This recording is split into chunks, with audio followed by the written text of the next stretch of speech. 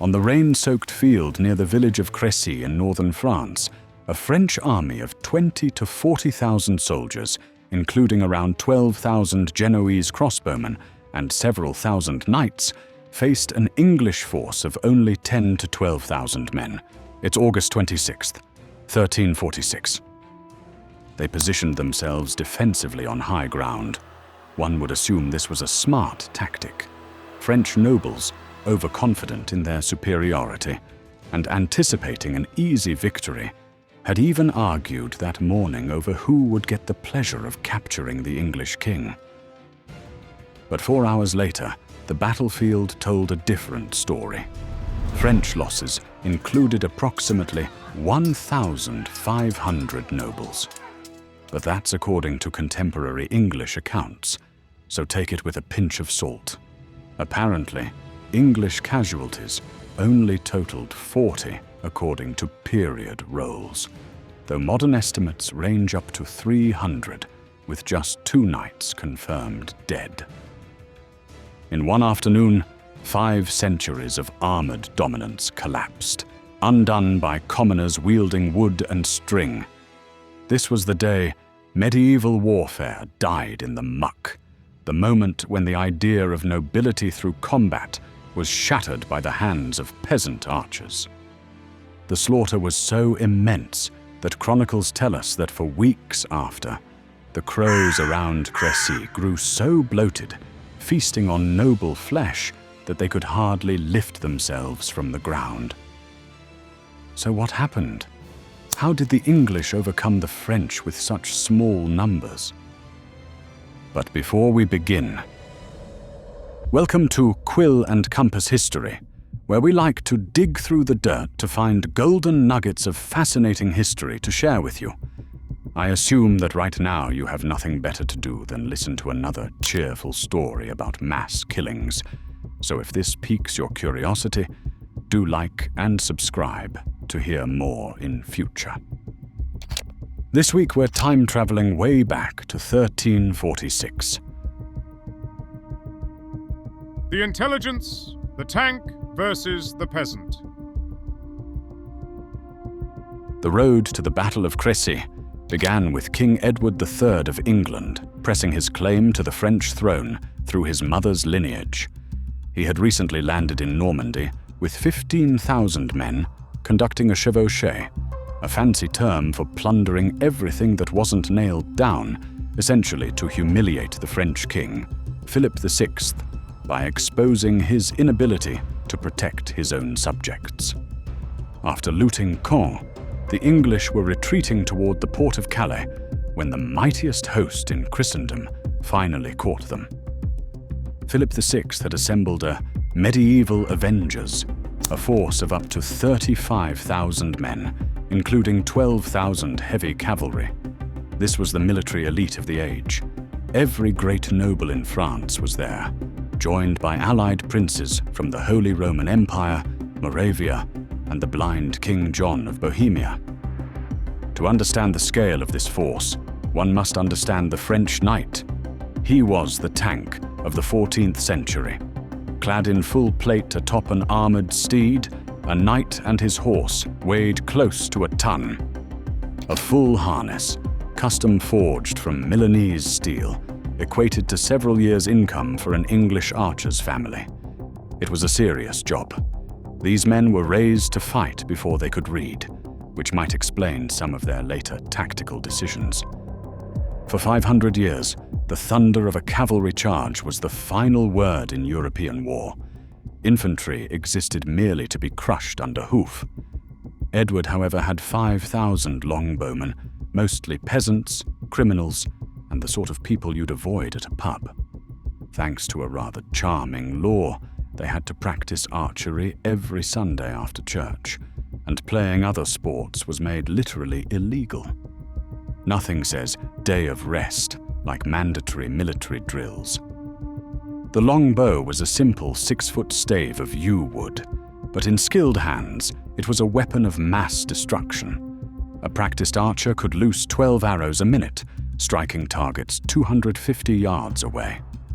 The physical toll of this weapon was so immense that archaeologists can still identify longbowmen by their skeletons. Their left arms were often warped and stretched longer from the 150-pound strain of the draw. The preparation, breaking the rules of engagement. As the French closed in, Edward III took the high ground, but then he did something quite rude. He ordered his knights to get off their horses and fight on foot, in the mud. In an age where a nobleman's horse was worth its weight in gold, fighting as infantry was considered a profound humiliation. Yet Edward made it clear, only the living would keep their honor. One by one, princes and counts trudged into the mud to stand beside bowmen in woolen hoods, a sight unheard of in the history of Christendom. While the French were busy looking splendid, the English were engaged in completing other thrilling tasks. They were digging hidden pits to trip charging horses and hammering sharpened stakes into the earth to impale any cavalry that made it through the storm of arrows. It wasn't glamorous, but then again, neither is being impaled on a sharpened stake. While the French lords bickered over ransoms and boasted of dragging Edward back in chains, the English archers were calmly tending their bows, rubbing beeswax into their strings to repel the moisture of the gathering clouds. Edward even ensured his men were fed, distributing meat and ale, so they slept on full stomachs. Meanwhile, the French army stumbled toward the field, half-starved after a punishing march, their vanguard still marching through the smoldering ruins of the villages Edward had kindly torched. To the French nobility, this devastation was an insult demanding instant vengeance.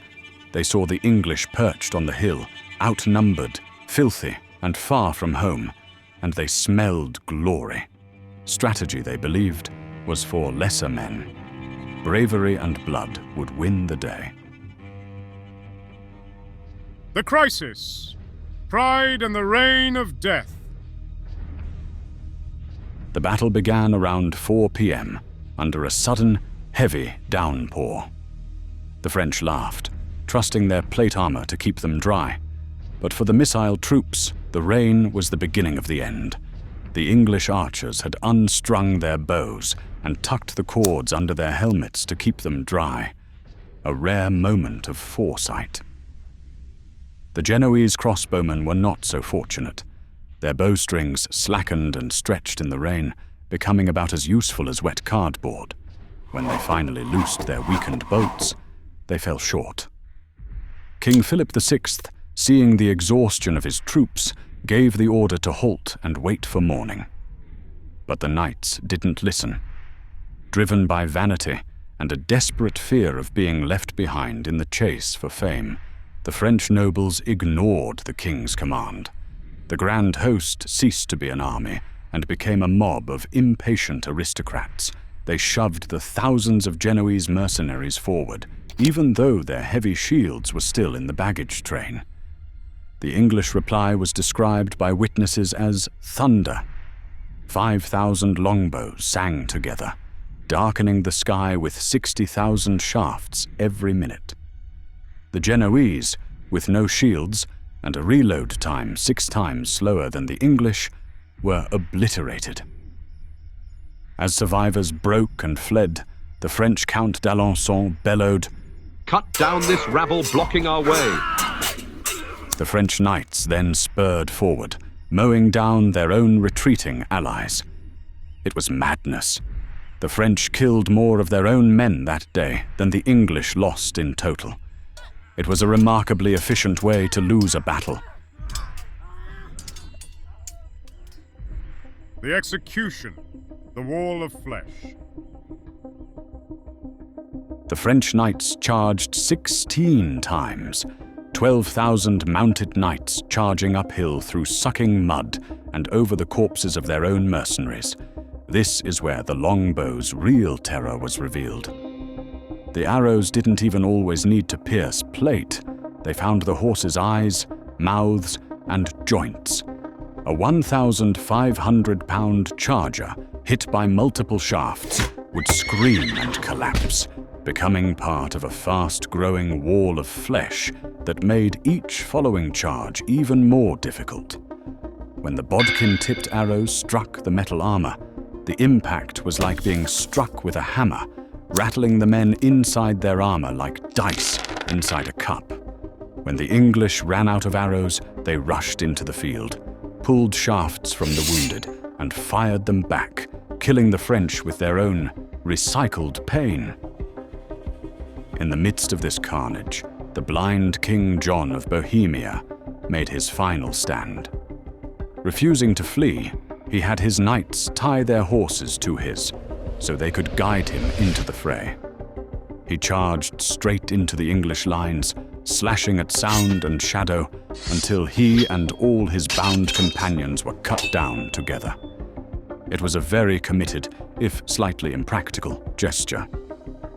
His death marked the end of an age where valor meant more than survival. Edward's son, the Black Prince, was so moved by this doomed courage that he adopted John's emblem and motto for himself. The aftermath. The death of an illusion. By dawn, the scale of the massacre was undeniable. The flower of French aristocracy lay lifeless in the muck. 11 princes and over 1,500 nobles were gone. Because the peasant archers had no concept of knightly honor or the profit of ransoms, they moved through the field, finishing off the wounded with knives and mallets. They sent arrows through the faces of dukes without a care for their lineage. The psychological shock to Europe was catastrophic. For centuries, being a knight meant a divine right to dominate. Crécy shattered that illusion, proving that a Welsh criminal with a piece of wood could end the life of a lord as easily as another knight could. Military dominance no longer came from blood, but from mathematics, discipline, and tactics. The aftermath was grotesque. There were not enough peers left to bury the dead with honor, and the fields rotted for days.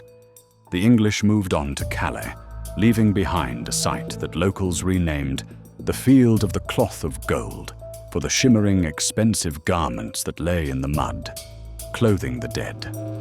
Though the longbow would eventually be replaced by gunpowder, a weapon any peasant could master in a day, the lessons of Crécy remained. It murdered the idea that noble blood meant superiority. On August 26, 1346, the medieval world ended. It took only 5,000 peasants practicing archery every Sunday to prove that the age of the knight was over. What's something you would like to get really skilled at?